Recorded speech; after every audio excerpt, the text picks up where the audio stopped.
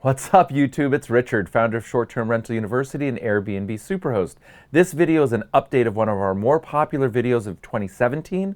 This is the 2018 version of what amenities you must have in your short-term rental. So just to remind everyone, the state of affairs in 2018 is that hosting is becoming more serious, there's more competition, and so therefore standards are going up and guest expectations are going up. In 2017, the things that were exceptional are now the standard in 2018, like blazing fast Wi-Fi remains really important. If you could get away without having that in 2017, by 2018, it's a must-have.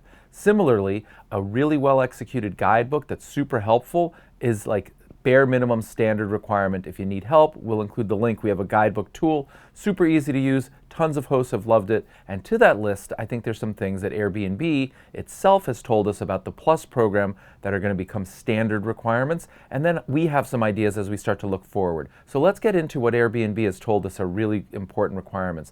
And it basically just comes down to a turnkey apartment or house that works. And what I mean by that is, when you go into the kitchen, there needs to be staples like salt and pepper and olive oil. So somebody could go to the grocery store and say, buy eggs or a steak and cook it. They don't have to buy every single thing. By July of 2018, every host needs to do this to be considered for their plus. And that is basic soap, shampoo, conditioner in the bathrooms. There's a variety of ways to do it.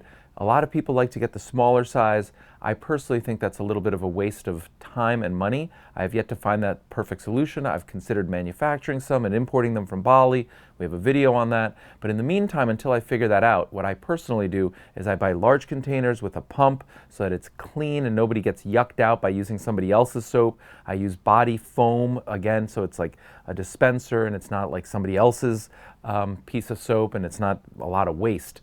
And I put those in all of my different properties. And once again, the concept there is really simple. Somebody arrives at your home, it's midnight, they've had a really long day, they have a business meeting the next morning, and they want to get showered and clean and ready to go.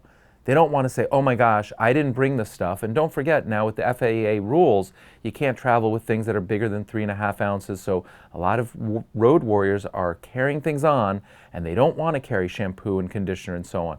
So if you don't have it, it's like, oh, I can't believe I have to run out now. What's open? Where am I going? Blah, blah, blah. But if you do have it, they just step into the shower and they're like, wow, this host is great. They've thought of everything. Charging has become more important as people have more phones and laptops and iPads and so on, and more kids have more of this stuff. It's really, really important. So I think dedicated charging stations that are convenient and located in an easy to use and access place becomes important. I also think having something by the bedstand. So, personally, I plug my phone in at night, I use it as an alarm, and I put that on my nightstand. Now, the challenge as hosts are these adapters and cords are not inexpensive. And if you make it too convenient or too mobile, you may have some losses incurred with it, and it's going to be hard to figure out which guests took it and who to charge, and you don't even really want to get into that.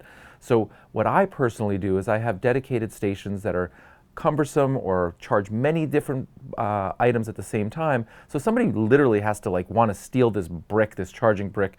We've included what I use in my kit, so go ahead and check that out. But you want to make sure that people don't have to move beds and nightstands and get on their hands and knees and plug something in and then do the exact opposite when they leave to unplug it.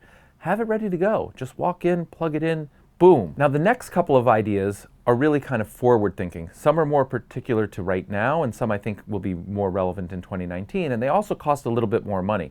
But it's clear that technology is important and becoming even more important in hosting and in our everyday lives. So the first thing that I'm experimenting with right now are smart locks. I think keys and key exchange and not losing keys and returning keys and all, that is a nightmare. And really good intentioned guests also can lose keys or misplace keys. And so that's a nightmare. So I think a great solution is smart lock. So to be clear, smart lock technology is here, right? It exists. We can all do it. I just don't think the user experience is 100%, but that's why I'm testing it. I'm going to try a few different locks and I'm going to share with you what I think is important. But I think that that would be a really great experience. I'm personally testing the August one. I will have a review on this channel, but I think that smart lock technology that is Bluetooth enabled or code enabled so that people don't have to carry keys and forget, how many times have you had a guest that returns to Amsterdam with the keys and they need to mail them back to you? That is prehistoric. We need to move forward. So I think smart locks become even more important. And if you have the time and the money and you agree with me, 2018 is a really great time to start experimenting so that you have a solution that's guest friendly. The next idea I think is a little forward thinking, and I don't know if it's important in 2018 or 2019, but check this out. The advent of the smart speaker is here. People are using Alexa in particular by the millions, and then also the Google alternative, their speaker, and Apple just announced their speaker, and so this concept of having a speaker in the room that can help you is here. I don't know exactly how it would work for guests, but I envision the following scenario. I get into a Airbnb as a guest. I've never been to, say, Seattle before, and I turn to Alexa and say, Alexa, call me an Uber. I want to go to the Pike Street Market. What time does this restaurant open? Or make me a reservation. So now speaking to somebody that's like a concierge, a built-in concierge is there.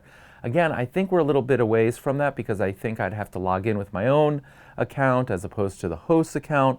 But I envision the future where in my Airbnb, I'm going to have a virtual smart assistant that can search and buy and procure and answer questions. What's the weather like, etc. So if we start to think like that and we start to prepare for that, we're going to be ahead of the curve, and that'll differentiate us. So my tip is, if you're not currently experimenting with voice technology in your own home for yourself, buy one. You can get the least expensive one. I think it's the Amazon Alexa for like $39 or so, but start to play with it. And that's exactly where I am now. And the more that I learn and the more that I use it, the more I'll keep you updated. But I just know, how cool would it be to have a concierge in your Airbnb, much like you would call in a hotel, down to the lobby and speak to the concierge there and say, how do I get tickets for this show? And how do I get there? And what time do they open and close? Like, we have that technology. Artificial intelligence and voice technology is here. Now we need to adapt it for our own Airbnb use and then promote it. So those are my thoughts on the state of affairs in 2018 and the things that I'm working on to make my guest experience even better.